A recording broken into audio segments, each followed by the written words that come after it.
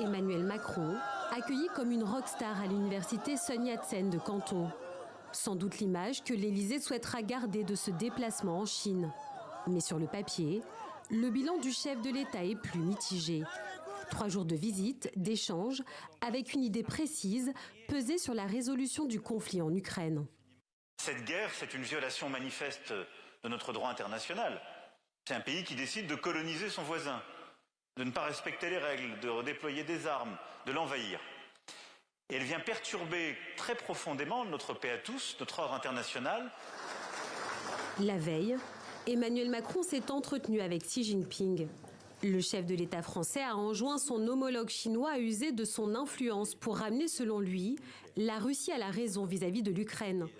Les 2 dirigeants ont appelé à des pourparlers de paix. La Chine est prête à travailler avec la France pour exhorter la communauté internationale à faire preuve de retenue rationnelle et à éviter d'aggraver la situation, afin d'empêcher que la situation ne devienne incontrôlable. Mais Emmanuel Macron ne semble pas avoir convaincu le président chinois d'aller plus loin. Alors qu'en marge d'une réunion tripartite, la présidente de la Commission européenne a prévenu Pékin, si la Chine participe à l'armement de la Russie, cela contreviendrait au droit international. La position d'Ursula von der Leyen est quand même beaucoup plus claire et beaucoup plus ferme à l'égard de la Chine que celle d'Emmanuel Macron, qui est toujours beaucoup plus conciliant. Et là, le grand risque, c'est que ce soit interprété par les Chinois comme en réalité une divergence de position. Et ça, c'est assez facile ensuite à exploiter.